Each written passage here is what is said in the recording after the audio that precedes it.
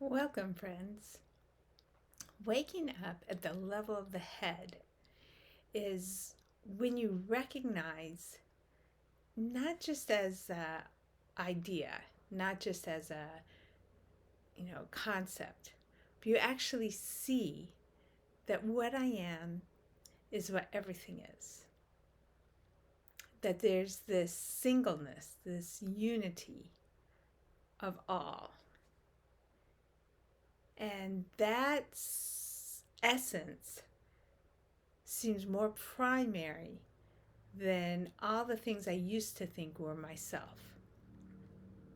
Maybe you thought yourself was your memories or your ideas, your preferences, your vision, your intelligence, all these different kinds of things that we might attach our identity to. But all of a sudden, no, there's a clear perceiving of this core essence, and we see that there's nothing different fundamentally with this essence here and there.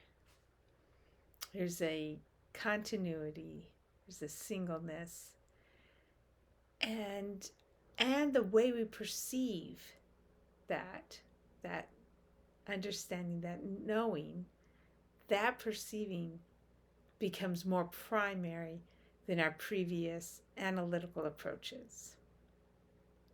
All the time we suddenly know what we're going to do, and we might have come up with reasons or not come up with reasons, but suddenly we know what we're going to do. That knowing has actually always been there. It's not like, but we get a clearer experience of it where, all of a sudden we know, yes, that type of clarity, that type of simplicity, that type of knowing is the foundational knowing. All the other ways of thinking we know something just don't even compare when it comes to their realness, to their vitality, to their presence, their substance. So we start to perceive knowing that this is home base. And it can be all kinds of things that we start to be able to differentiate. I might have before said, I am a woman, but that wouldn't make any sense. A woman is just a set of concepts, a box, a label. It's there's no particular reality to that label. When I start seeing clearly, I see this essence. I see a beingness here and here and here. I see this awareness that is everything. I know it. I experience it. That becomes the primary sense of what I am. Another way that the scene changes is when before, it could be that I might have a difficult situation and I might analyze it and analyze it and analyze it and, come up with some kind of a clear picture. But so often there's a moment when we just kind of get this extra insight.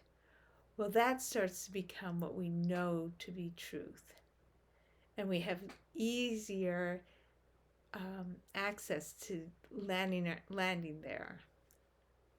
Like, for example, a friend asked me, when do you think people will treat blah, blah, blah more respectfully? Do they have to see the danger? Do they have to see the consequences? And there was something that came up in me that if we are showing these things with an effort to convert people out of fear, tap into their fear of the horrors that will happen if they don't comply with what we want. This had something to do with the environment. If we want to use fear as an inspiration, the fear is not going to get the desired end result. That spontaneous, oh yeah, of course, this is the right thing to do. This is the appropriate thing to do. This is the most natural, harmonious thing to do, the most fruitful thing to do. That, I don't know if English has a word for it, but there's a time when you just know, oh yes, of course, this is what's wanted. Well, it just popped in. He asked about the situation and immediately just saw our goal is not to have people acting from fear. It's this other thing, and cultivating that other thing, that inner, of course, this is what's wanted. It's closer to inspiration than fear. And that just kind of popped out. Wasn't like I analyzed the situation. It was just a knowing. Well, that's kind of the mental clarity that we all have, and it just starts to become really obvious that this is the type of knowing that runs deep and is aligned with our natural being. So when we have this clarity at the level of the mind, there's a new way of knowing, or at least a recognition of a particular way of knowing as that which is coming forth from the deep.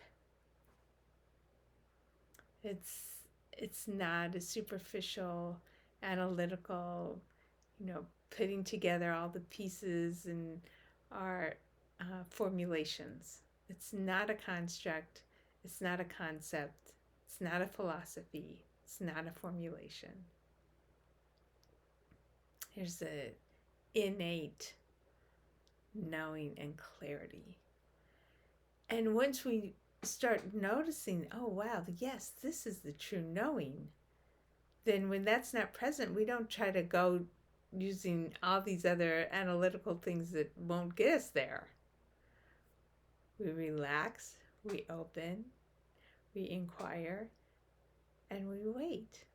I mean, of course, there's times for analysis, but that's not actually for knowing something. Analysis is just for models that we can use to get things done.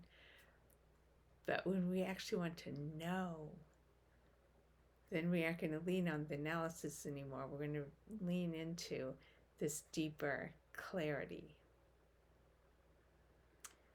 So this knowing of what we are, it's just so non-conceptual. It's a sensing, it's a perceiving, and it's a new way of perceiving. Like I said, it's one we've, I'm sure, had many times, but it becomes the base, the foundation.